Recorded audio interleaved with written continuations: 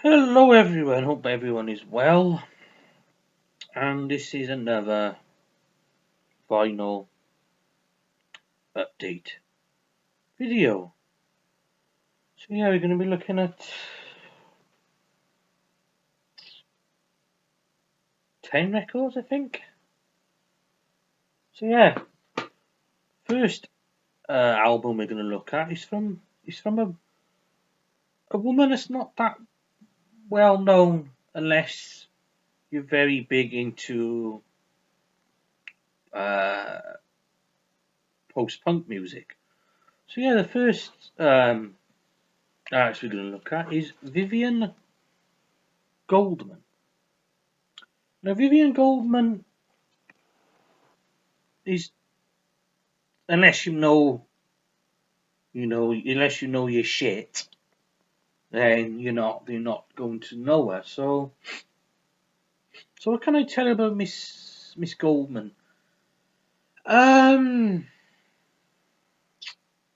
she was born to German Jewish refugees from the Second World War in London, and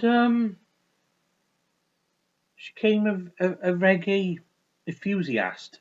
You know, massive fan of reggae because she ended up working on Island Records, and she was first publicist for Bob Marley. So just absolutely incredible there, and she was one of the first people to draw the comparisons to reggae and punk, because back in late '76, early '77, when the Roxy Club, the punk club, was kicking off, and you had Don Letts, the DJ, he would play reggae in the club. He'd play reggae because there wasn't many punk records to play. There was hardly any punk records out at all, apart from the Damned New Rose. It wasn't all the punk was being performed on stage. So they would play reggae, and then it would bring the black people, white people together, because it does draw a strong comparison, reggae and punk, because reggae is music by the black disenfranchised, and punk is made by the white disenfranchised. So music for young adults, and it's for young adults. So yeah, she was one of the first to draw the similarities between reggae and punk, and of course she ended up writing for a lot of the music magazines, particularly Sounds, and I think she'd done the article drawing comparisons with punk and reggae in that magazine. And of course, she's also, if you've ever heard it, she was the interviewer that interviewed John Lydon in 1978 regarding Jimmy Savile. So yeah, she was the one that interviewed John Lydon, and he exposed Jimmy Savile in 1978, and he continued to get away with what he did for the next 30 plus years. So well done, BBC. That is why we pay our TV license. So yeah, she was the interviewer for that, and she also accompanied John Lydon on his trip to Jamaica. So yeah, the Pistols had broke up, so Richard Branson was looking for. I think he was looking to do a new record label for just reggae artists, and he chose John Lydon because John Lydon, again, like Vivien Goldman, reggae enthusiast. And she occupied John Lydon on the trip to Jamaica with, I think it was Dennis Morris and Don Letts. So yeah, and then she started recording music in the late '70s up until 81, I think, or 82, 83. And these are all her recordings as a recording artist. And it's just, how can I describe the sound? Particularly the first side is it's very punky, punky dub with an industrial hip hop feel. I find, really really big booming sound. Very booming. That's to probably pump it up. To really pump it up, the music, it would probably shatter. It'd probably shake the ceiling. Very very booming sound. And just great. It's just great. Private Armies is great. Laundrette, just brilliant. Just brilliant songs. And you've made it when Madlib, the hip hop producer, is sampled some of your stuff. You've made it then, because Madlib is a hell of a hip hop producer. You only got to listen to Mad Villain. That really offbeat abstract hip hop is just absolutely fantastic. If you've never heard Mad Villain and you love hip hop, listen to that. With MF Doom and Madlib, just fantastic. So yeah, the second side is more like it has a more Spanish Latin jazz style, which I like as well. It's really good. So yeah, Vivien Goldman, just really, I just wish she made more music, because the music on here is just absolutely mind blowing. Absolutely mind blowing, and she's also known as the punk professor. So yeah, she's a very clever bunny. Miss Goldman.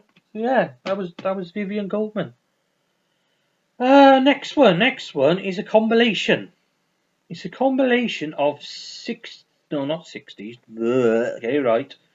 70s and 80s Australian electronic music. Called Closed Circuits. Now,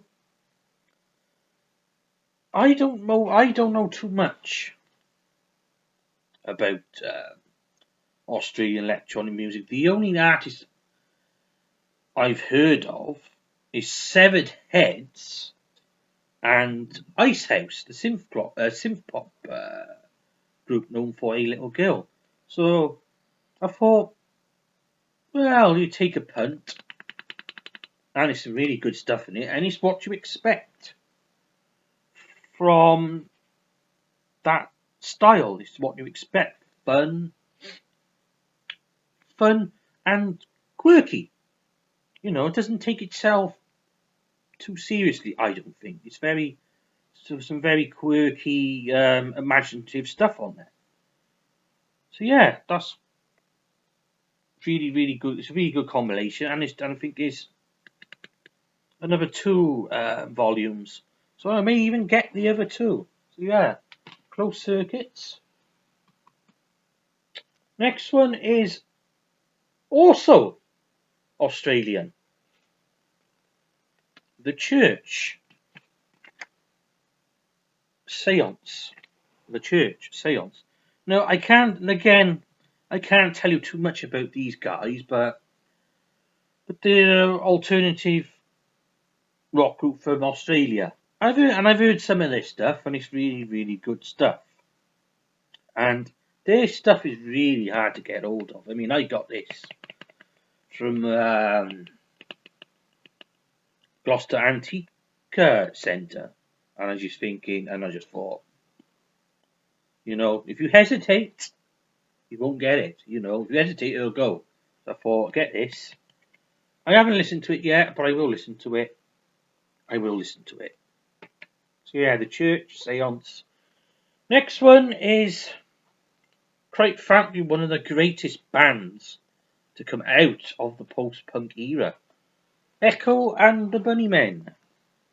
Crocodiles.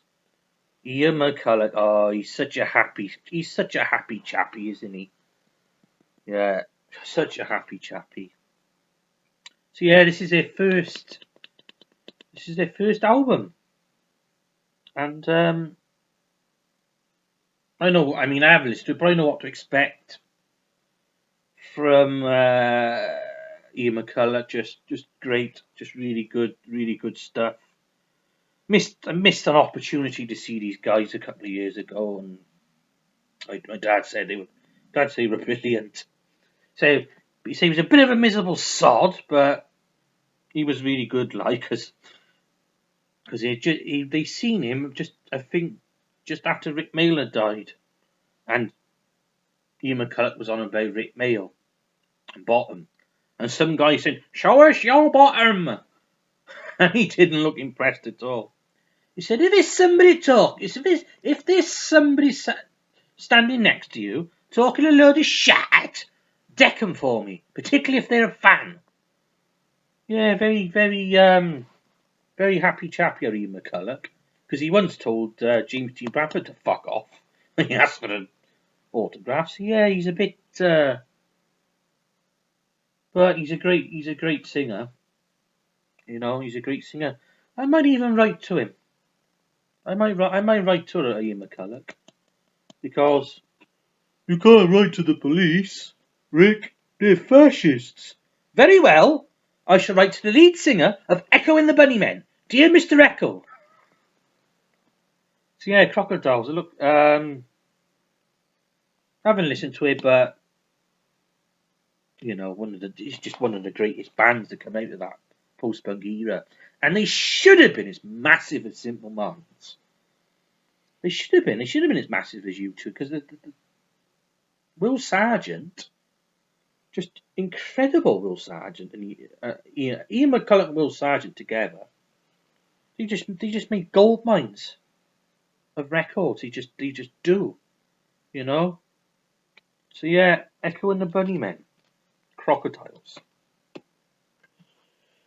Next one is again a really underappreciated band, and it is the sensational Alex Harvey band.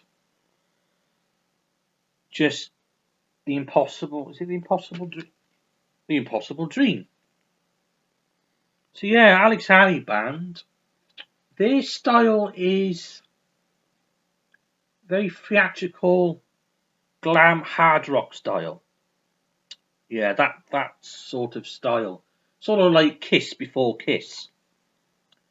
Because my former driving instructor seen these guys back in the mid-70s in Kensington Club in Newport. He used to see a lot of bands there. I think he's seen Vinegar Joe there as well. And he said about the guitarist in this band with the white mime paint and sticking his tongue in. He's convinced that Kiss ripped off that look. Now, I would probably say yes to that, definitely, because their style is particularly very heavy for the time. Really heavy. You listen to Midnight Moses, it's just incredibly heavy for the time. The Hammer Song, the Faith Healer, you know, that throbbing synth, heavy, hard rock style is just really good.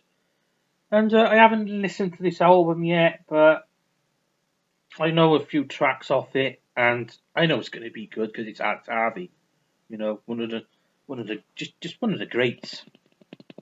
Really, he really is one of the greats. So yeah, Alex Harvey. Next one, another, quite frankly, unappreciated band, Bebop's Deluxe, Sunburst Finish, and you know, Bill Nelson, just an absolutely fantastic guitarist. You know, I've done a video of these guys, and talking about them, and it's just completely underrated. And this album is probably their most commercial album. You know, Bill Nelson has such a very very well crafted, sophisticated, and adventurous guitar sound. You know, it's not really bland pop music. It's not bland at all. You know, and he has a very versatile. It's a very versatile. They have a very versatile sound. They do, and I mean this album. I would at least play. Then again, I'd probably play all the tracks on radio. It's just a lot of the songs, all the songs, they are dictated for radio. You know, they're tailor made for radio. But it's like, just I don't know if they were dogged by bad luck or what. I don't know, but they just absolutely incredible. And it's got their biggest songs on it: "Ships in the Night" and "Blazing Apostles," which appears on a lot of new wave compilations. I noticed "Blazing Apostles." So yeah, this is. I don't think it's their best album. I quite like "Drastic Plastic" because the synthesizers, synthesizers. Oh, I love my synthesizers. You know, synthesizers. So yeah, Bebop's Deluxe, really good, and I played it and it's mint, absolutely mint it is. So yeah, that was Bebop's Deluxe. The next group, the Pink Fairies, Kings of Oblivion. Now, what can I tell you about this band? They were part of the Lambeth Grove scene with Hawkwind, and very, very anarchic, chaotic band. You know, very, very, very. They definitely carried a very punk ethic. You know, very, very, very, very punky.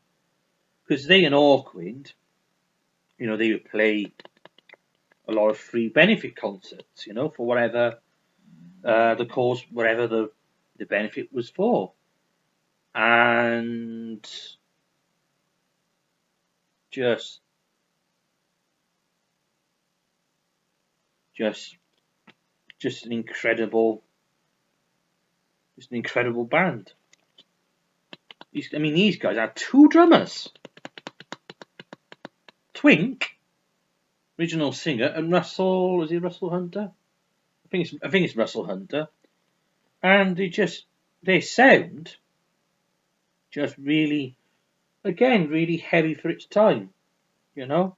Really, really heavy for its time. And this is their third album. And it's Larry Wallace.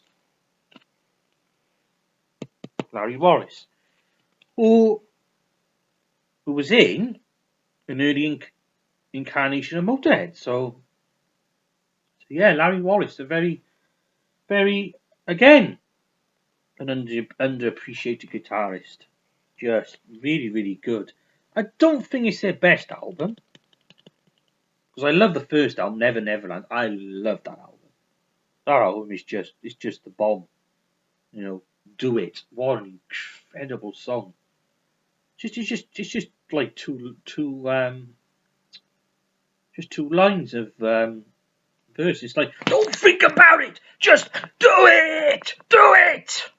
It's rock and roll. The message is do it. You know, that's the entire lyrics to the song, and it makes a hell of a racket. I tell you, that song. Oh, if you like your hard rock and your metal, oh, Pink Fairies is just brilliant. I mean, the instrumental Raceway is just fantastic. It just shows how great guitarist Larry Wallace is. It's just brilliant. And Chambermaid is quite humorous. Street Urchin is good. You know, there's no duff tracks on it, but I don't think it's as good as his first album. Don't think it's as good, but you know, it's balls to the wall, kick you up the ass, rock and roll. Pink Fairies, great, really good. Next one is, quite frankly, just I love this guy.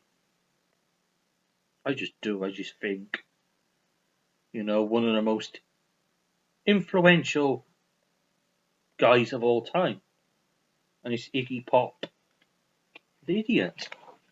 His first record. Yeah, this was part of Bowie's, quite frankly, arguably, Bowie's most creative period when he was in Berlin. Trying to kick that really bad cocaine habit he was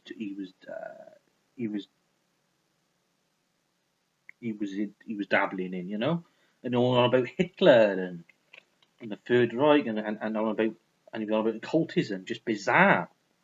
That Station to Station album is just, that in that period he was just taking coke like it was no tomorrow. His diet was cocaine and milk. He's thin as a stick insect he was. And of course Iggy was really down on his luck. The Stooges had imploded again, 1974, and he was in a mental hospital.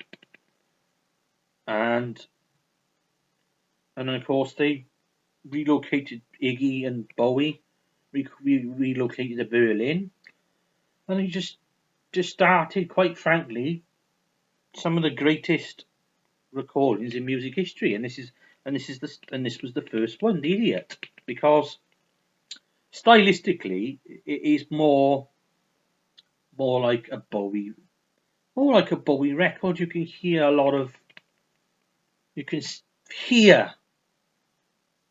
and see that Bowie had a lot of creative input into this album, and quite frankly, it could easily be the first post-punk album before punk really took off, really, because Iggy is regarded as the godfather of punk. The Three Stooges albums are essential albums to have in your record collection. They just are fantastic albums. They're pretty much mapped out punk, metal, and alternative rock. So it's like it is like a post-punk record. And Iggy said himself, the sort of sound was like James Brown meets Kraftwerk. It is, and I suppose it is. Particularly Sister Midnight, it does sound like Kraftwerk meets James Brown.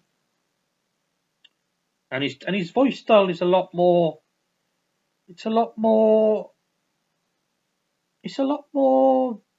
I would say, more fragile and less aggressive. He sounds more like a very uncomfortable Jim Morrison on some of the songs. And China Girl, which is on this record, is the best version of the song. Of course, Bowie covered it in 1983, and I think having it as a very happy song, I think took away the power from the song, because the version on here, it's very could it be dark? It's incredibly dark, and you can hear the pain of Iggy. You can hear the pain in his voice. It's just, poured his heart out into that song. And there's no duff track on here. Dum Dum Boys about The Stooges is great. Mass Production is just like a very weird industrial Anglo-industrial pop record. And nightclubbing. It sounds like gothic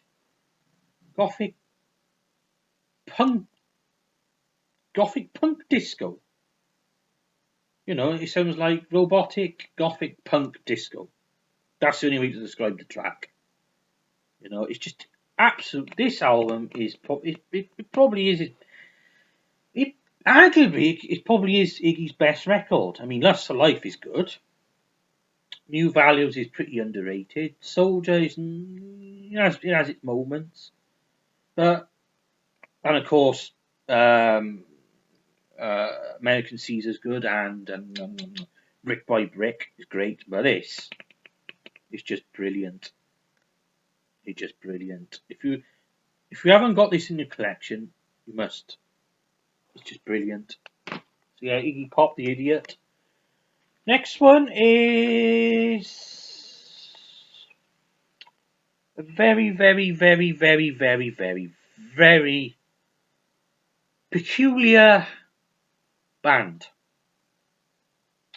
And we're going to be looking at Gong, Camembert, Electrique. Camembert, Electrique. Oh, it's only a way for thin mint. I'm French! Why do you think I got this ridiculous accent? Oh, sacre bleu. Oh, your father smell of elderberries. So yeah, Gong. What can I tell you about Gong? Gong are a psychedelic space rock band. And I suppose a bit like Hawkwind, but with more humour. It's sort of like, what if the Bonzo Dog Doodah band came from another planet? That sort of style. I mean, they say they come from France, some of them, but they're actually from the planet Gong. Yeah, these guys have come from the planet Gong to give us trippy ass rock and roll. So yeah, the planet Gong is. I've been to that planet. It's a great little planet. You know, it's got flying teapots and green pothead pixies, smoking weed, and the drugs are out of this world. Yeah, the drugs are out of this world, and this is their first album, and bloody hell, it's just absolutely bonkers. You Can't Kill Me is just absolutely bonkers. It's just bonkers. It's just absolutely bonkers. And it has a really jazzy sound as well. More jazzier than Awkward, I would say. And because Gong were linked to the Canterbury scene, you know, the Canterbury prog rock scene, which was more jazzier than some of the stuff Yes and ELP were doing. So yeah, Gong, just absolutely bonkers. Yeah, very hard to get on vinyl, I tell you. Not easy.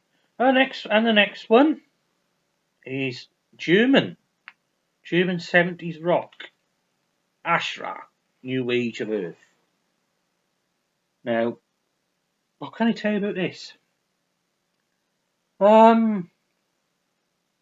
Very, very, very, very. The sound is very soothing. Very, very soothing it is, and a lot of it does sound like 90s ambient dance music, particularly like Orbital. The first track on here, it sounds like Orbital. It just does, and a lot of tracks have that sort of Jean-Michel Jarre feel. You know, it just does, and Manuel Goldman is just an incredible guitarist. You know, because originally these guys were the group AshRa Temple, and he evolved into AshRa with the more electronic sound. Now, Manuel Goldman has an album called E2, E4. Now, I've listened to that and it sounds like early trance music. It just does, and it was made, I think, in the early 80s, and it has a similar sound to this. So, and it's on YouTube. E2, E4, just absolutely incredible, you know. And you can't beat German rock. You can't beat it. It's just incredible guy. Just absolutely very beautiful, calming, soothing sound. You know, very good music, very meditative music, very good, I think, for anxiety. You know, because there's no lyrics. It's just really nice synthesizers and lovely guitar work. It's just brilliant album. And the last album we're going to look at is New and Improved Blue Cheer. Now, what can I tell you about these guys? Blue Cheer could easily be the first contender to be the first metal band. Oh yes, because I read about these guys in a book called Bands You've Never Heard Of, and he mentioned these guys, and he mentioned an interview with Clapton. An interviewer asked him, he said, or she said, so Clapton, did you invent metal? He was like, no, these guys did, and they could easily be the first metal band, because their first album was from 1968, Vince Bruss Eruptum, and it sounds so heavy for the late 60s. It just does. You know, it has a very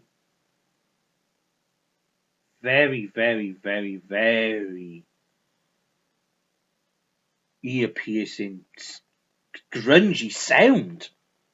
You know, it just does. And this is their third album, which is more, I mean, the first side is more, it has a 50s piano rock and roll style with a sort of birds vibe. And you get to side 2, that's the heavy side, and it is heavy for 1969. Just absolutely heavy. Because I heard a story about these guys.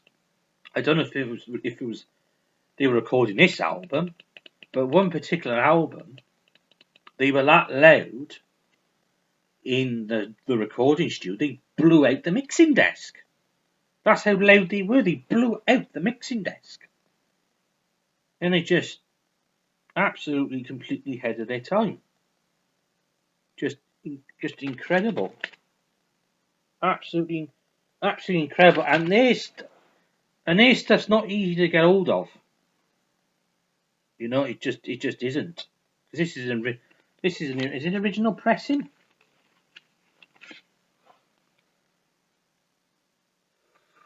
Yeah, this is the original pressing of the album. So it's quite frankly, it's a gold mine. Incredible. And if you like, you're interested in metal history and learning more, these guys, you know, not just a footnote, but a very vital influence on metal. Just absolutely incredible. So yeah, Blue Cheer. So yeah, that was all the albums. Yes. So yeah. Thanks for watching. and see you in the next video.